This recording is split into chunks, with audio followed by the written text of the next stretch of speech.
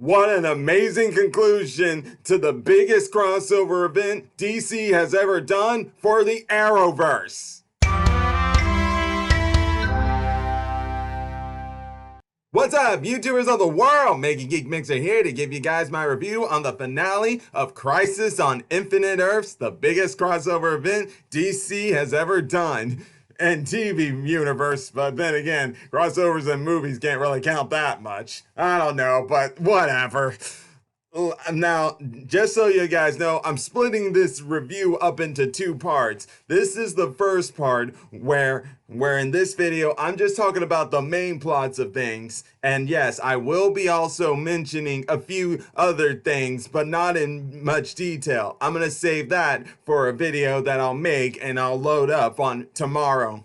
But now that I've said that, know that there will be spoilers in this. So if you guys haven't seen it yet, then I suggest you click away right now. I've given you guys your warning. Now let's talk about the part 4 and 5, the finale of Crisis on Infinite Earths. Guys, it was unbelievable. It was like a love letter to the DC fans for all they did with the Arrowverse. Now, bear in mind the Arrowverse is still going, but it's not really going to be the same now that the major character we all know and love has finally made his last stand, and that being Oliver Queen.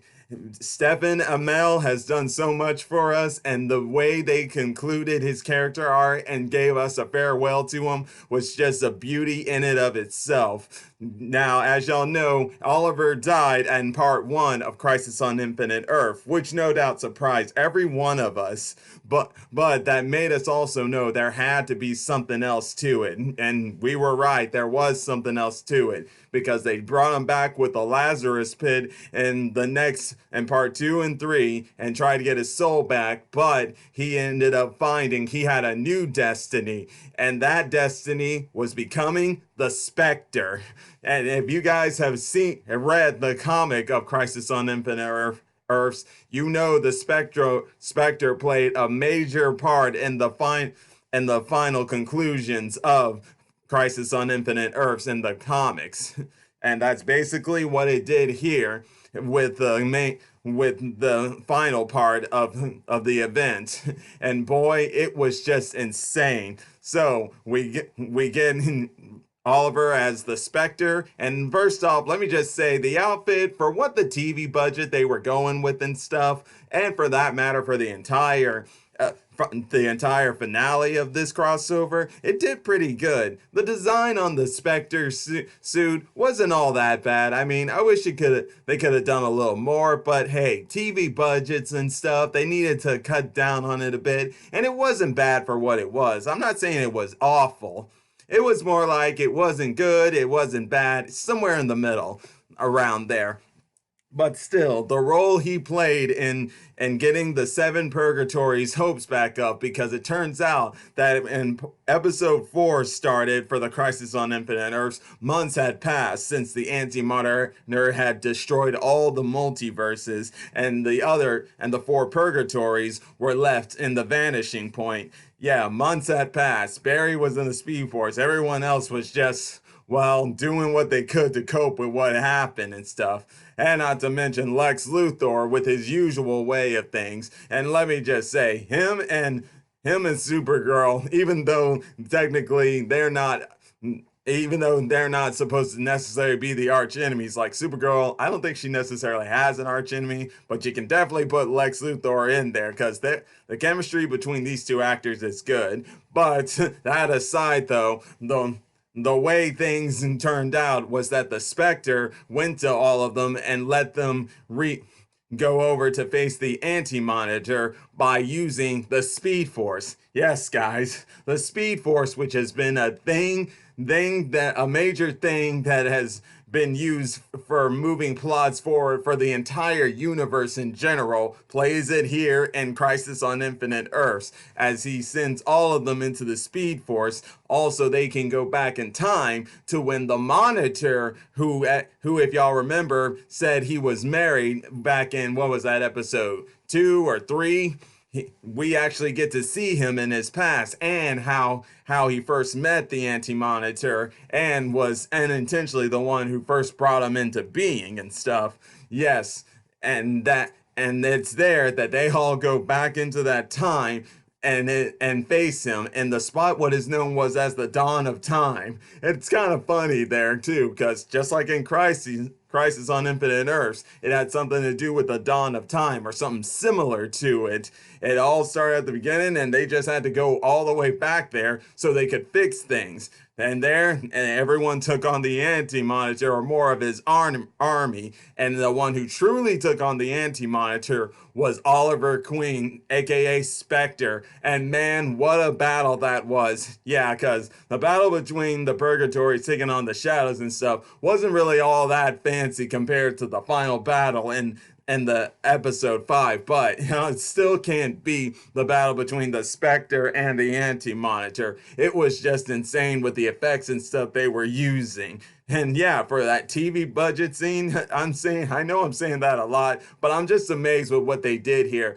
TV budget wise. They went all out to make sure this crossover really hit its mark, and they did a great job. With Oliver ended up sacrificing himself to look like he destroyed the Anti-Monitor, and it was him who ended up getting the Earths back together. Now, if you guys know the crossover, the ending of the comics, just one Earth. Well, it's done a little differently here in the Arrowverse. Yes, just like in the comics, there is an Earth where all the heroes we know in the Arrowverse and in Black Lightning are now on this Earth, which is now known as Prime Earth. But instead of there being no more multiverse, there is a multiverse. Oliver just pretty much reset the multiverse and made a few changes to where all the Arrowverse heroes now reside on one Earth. But there are other Earths. One of them being Earth 2, which will be the Earth where we are going to be getting the soon-to-be debut of the series Stargirl, which, by the way, I can't wait for.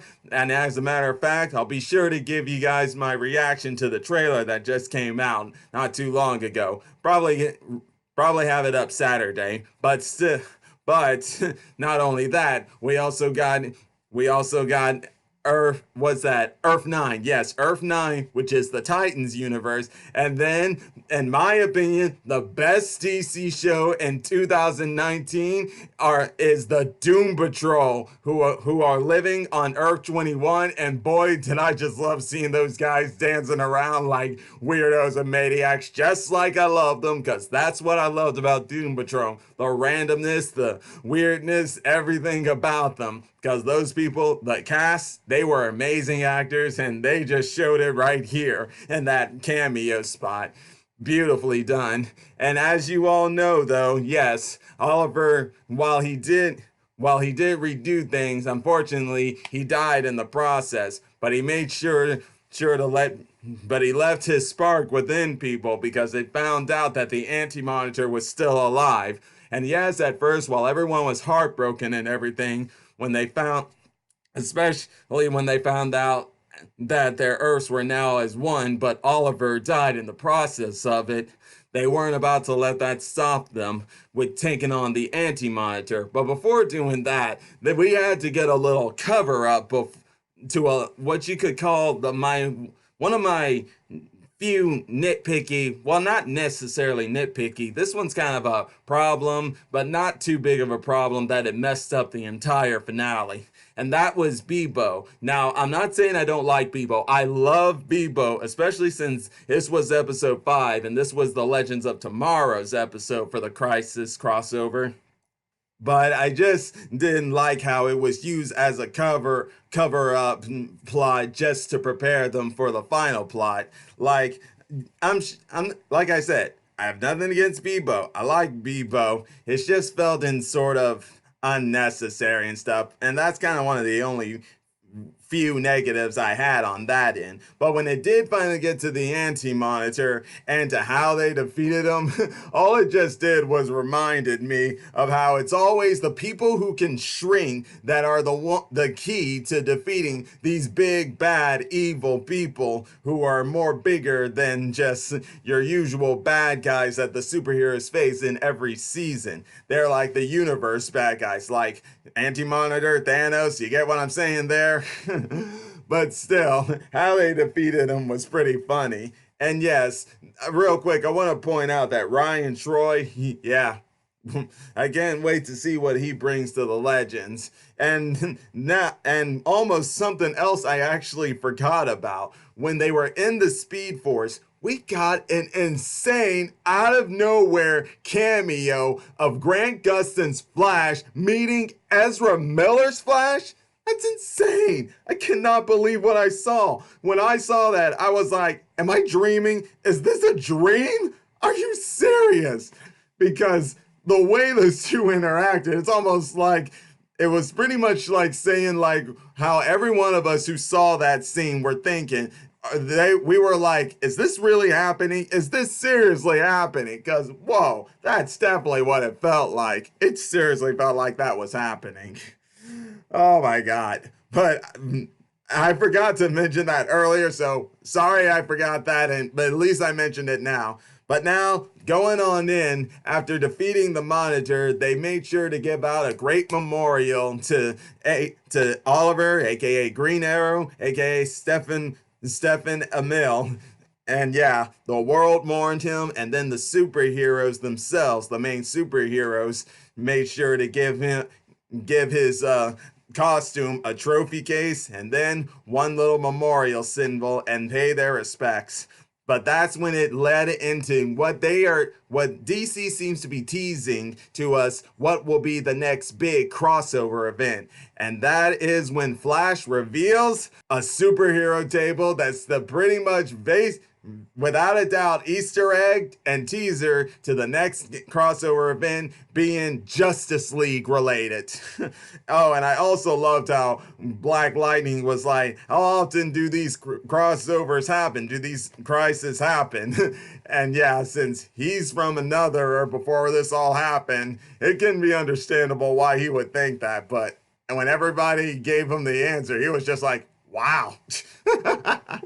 But still, I love that ending, and I love that if they really will go through this is just a teaser for now, but if they really do go through with this being a Justice League crossover bit, just imagine what we could get. Oh, I just can't stop thinking about it. No doubt, and if that does happen, I am seriously gonna geek out completely. I am MegaGeekMixer, for crying out loud, and if this happens, I'm gonna blow up. But truthfully, guys, there's still much more to talk about. But like I said, that's gonna be saved for tomorrow's video, as I talked about those other cameos and stuff and other details that I didn't talk about in this one. This was all just about the main plot. Oliver's sacrifice, the defeat of the Anti-Monitor, and what it brought for the Earths after the crossover event happened. And now you guys know, and that'll be all for today, guys. And hey, if you're enjoying my videos, all you gotta do is click that like button, subscribe to the channel, hit the bell icon to be notified when I make more videos. And until then, MegaGeekMixer signing out. Bye!